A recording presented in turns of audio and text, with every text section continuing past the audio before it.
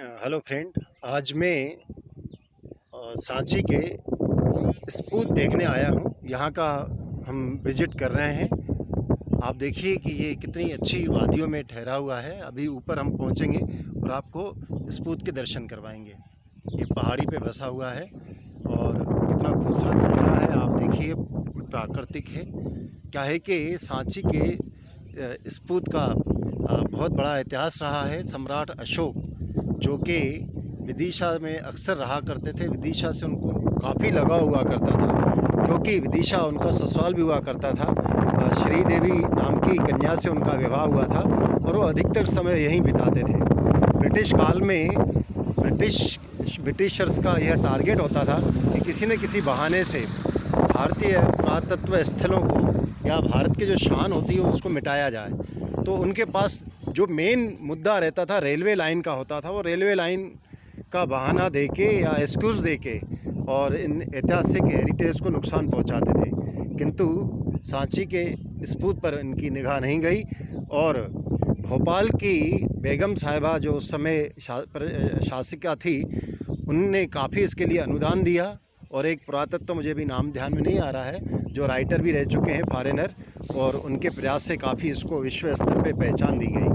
तो मैं आपको अभी लेके चल रहा हूँ सांची के स्तूप का दर्शन करवाने। इससे पहले एक यहाँ पर मंदिर भी है, हम वहाँ के भी दर्शन करेंगे। तो पहले हम सांची स्तूप के लिए चलते हैं।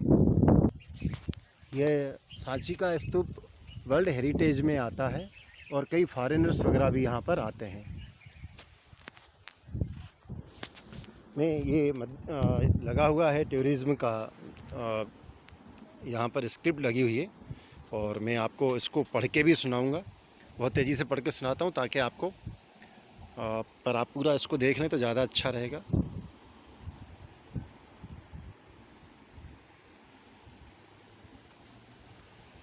यह विश्वास किया जाता है कि सम्राट अशोक ने 273 से 236 ईस्वी पूर्व में इसे स्थापित किया था, जिसे महात्मा बुद्ध के प्राचीन स्मृति चिन्ह रखे गए हैं। उसने शिलालेखों के साथ एक ही पत्थर के खंभे का निर्माण कराया। अन्य प्राचीन निर्माणों में स्तूप नंबर 2, 3 और अर्धवृत्ताकार मंदिर नंबर 18, मठ नंबर 51 अत्यंत महत्वपूर्ण है। आगे शिल्पकला का विस्तार नंबर 17 मंदिर द्वारा चिन्हित है, जो प्रारंभ गुप्त काल का है। यही शिल्प क्रम नंबर 45 मंदिर द्वारा चला है, जो 7वीं और 8वीं शताब्दी में निर्मित हुआ, जिसका पुनः उद्धार 9वीं शताब्दी से 10वीं शताब्दी में किया गया, जैसे कि उठे हुए धरातल से प्रमाणित है। It is believe that empire Ashok 273 to 236 BC established the Great Stupa with relics of Lord Buddha in it. The erected the monolithic pillar with inscription among the other early structures. The stupa number 2, 3, the Apsidal temple number 18 and monastery are the most important ones. Further, the constitution of architecture is made by the temple number 17, which is one of the in early Gupta period, succeeded by the temple number 45, built during 7th to 8th century AD and renovated in 9th to 10th century, as evidenced by the raised floor levels. तो क्या होता है कि जो गुप्त काल था, गुप्त काल में जो मंदिर बनाए गए थे वो चबूतरे के कार के थे। मैं फिर से रिपीट करूंगा, गुप्त काल के जो मंदिर है वो चबूतरे अगर कहीं बना हुआ है प्राचीन काल का, तो मतलब वो गुप्त सम्राटों का बनाया हुआ है। तो सम्राट अशोक के बाद 9वीं से मतलब इसको 7वीं और 8वीं शताब्दी में बना दिया गया था और 9th सेंचुरी में फिर इसको इनोवेट किया गया था। तो आप ये देखेंगे, ये सब सांची का आपको बहुत खूबसूरत प्राकृतिक नज़ारा यहाँ से आपको दिखाई देगा। और अब हम स्तूप की ओर चलते हैं।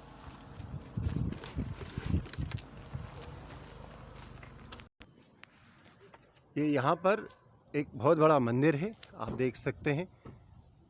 ये बौद्ध मंदिर है और इसको नमी चैतन्य गिरी बुद्ध विहार के नाम से भी जाना जाता है। ये देखिए आप, ये खूबसूरत मंदिर है और यहाँ से हम स्तूप देखेंगे, फिर अपन इंटर कर रहे हैं अंदर। ये सामने सबसे बड़ा आपको स्तूप दिखाई दे रहा है और यह इससे छोटा वाला स्तूप दिखाई दे रहा है और ये यहाँ का पूरा आपको खूबसूरत नज़ारा दिखाई देगा। आप यहाँ घूमने आएंगे तो घंटों बैठे रहेंगे, क्योंकि यहाँ टूरिस्ट जो भी आते हैं एकदम से नहीं जाते हैं। सम्राट अशोक ने कलिंग का युद्ध लड़ा, उसके बाद उसने शांति का संदेश दिया और उन्होंने बौद्ध धर्म का प्रचार किया। एक्चुअली मेरा मानना है कि कलिंग युद्ध जीतने के बाद सम्राट शक्तिशाली हो गए थे और उनके पास अब कुछ बचा ही नहीं था जीतने के लिए। सम्राट खुद बौद्ध भिक्षुक नहीं बने, किंतु उनके प्रयासों से बौद्ध धर्म का विस्तार पूरी दुनिया में हुआ और पूरी दुनिया को भारत जानता है। भारत में पूरी दुनिया के लोग भगवान बुद्ध के कारण आते हैं। शांति के संदेश के साथ साथ भगवान बुद्ध ने जीवन की वास्तविक जीने की कला को सिखाया था। सम्राट अशोक, जो कि भले बौद्ध धर्म के प्रचारक थे, किंतु वे शक्तिशाली जब तक थे शक्तिशाली सम्राट थे। उनके शासनकाल में अपराध शून्य हुआ करता था। ये देखिए,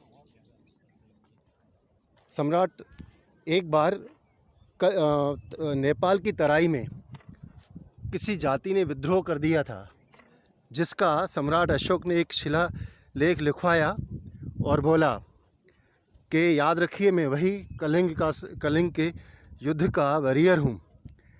अगर फिर से तलवार उठाई तो नामो निशान आपका मिट जाएगा। इसलिए वो शिलालेखाने वहाँ लगाने के बाद कहते हैं कि वो जाति फिर उस साइड दिखाई नहीं दी, कहाँ गई पता ही नहीं चला। तो सम्राट अशोक के शासनकाल की एक सबसे बड़ी विशेषता यह थी कि उनके राज्य में अपराध शून्य था, किंतु साथ साथ शांति और धर्म की स्थापना में उनका बहुत बड़ा योगदान था। ये आप स्तूप देख सकते हैं, बड़े सुंदर हैं। इसमें बौद्ध भिक्षुओं का और सम्राट और भगवान बुद्ध के कुछ अवशेष हैं, रखे हुए हैं। ये इनका मेन द्वार है।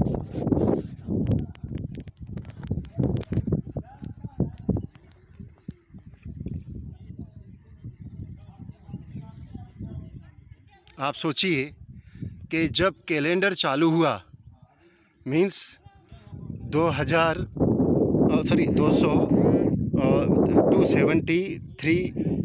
से BC से पहले, BC 273 के पहले के बने हुए ये स्तूप जैसे के हैं वैसे हैं। क्या कलाकारी रही होगी, आप सोचिए। इन बौद्धों में आप कलाकारी देखिए। इन कलाकारों ने जिन्होंने इसको बनाया है, आप सोचिए कि छेनी और हथौड़ी की कलाकारी है ये। अगर इन कलाकारों के हाथ में कंप्यूटर होता तो क्या कर देते। अद्भुत कलाकारी का नज़ारा देखिए आप।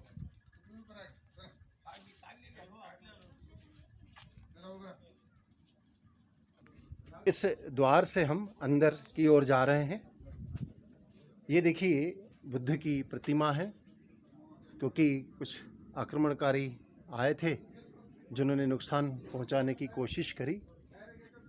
यहाँ पर इसमें इस तरीके से गलियारा बना हुआ है। ये सब पत्थर जो रखे हुए हैं, जो कुछ आप देख रहे हैं वो BC से करीबन 300 साल पहले, यानी 273 के आसपास के बने हुए हैं। ये सेकंड है गेट, आप देख सकते हैं। बहुत सुंदर कलाकारी है। अपन जैसे ही इस सेकंड गेट से इंटर करते हैं तो यहाँ पर भी भगवान बुद्ध की एक बहुत खूबसूरत प्रतिमा जो कि मेडिटेशन किए हुए ध्यान मग्न में बैठी हुई हैं। ये तीसरा द्वार है, थर्ड गेट है, और इसमें भी सामने एक भगवान बुद्ध की, में यहाँ ऊपर चढ़ रहे हैं हम, पहले इसको अपन एक देख लेते हैं यहाँ से, क्योंकि यहाँ से ऊपर जाने का भी रास्ता है। आप ये देखें, यहाँ पर भी बाहरी कोई आक्रमणकारी आए होंगे जो उन्होंने इसको नुकसान पहुँचाया है।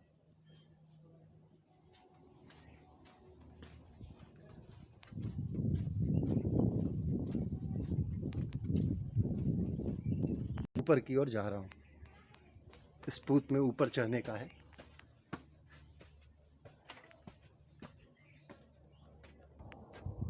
ये मैं ऊपर आ गया और यहाँ से नीचे उतरने का रास्ता है, पर अभी और ऊपर जाने का ये रास्ता है, तो मैं अभी दूसरी गली में ऊपर आ गया हूँ। यहाँ से खड़े होकर आप देखेंगे तो ये खूबसूरत पहाड़ी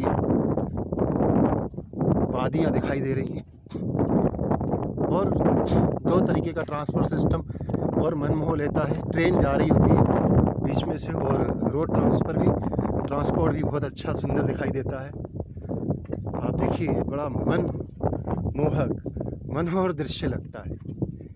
घंटों बैठे रहे आदमी, और बैठे भी रहते हैं। टूरिस्ट आते यहाँ को घूमने का ज़्यादा मीन्स नहीं रहता, ये 4-5 बौद्ध स्पूत ही रहते, किंतु यहाँ की जो शांति है और यहाँ की जो हरियाली है वो इतना मन मोह लेती है कि लोग पूरा दिन अपना यहीं पर बिताते हैं।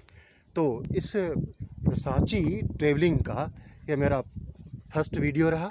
मैं एक और वीडियो बना रहा हूँ क्योंकि लंबा हो जाएगा, इसलिए इसका दूसरा पार्ट आप ज़रूरी देखें। इसके दूसरे पार्ट को भी मैं शीघ्र ही अपलोड करने जा रहा हूँ। Thank you, have a nice day.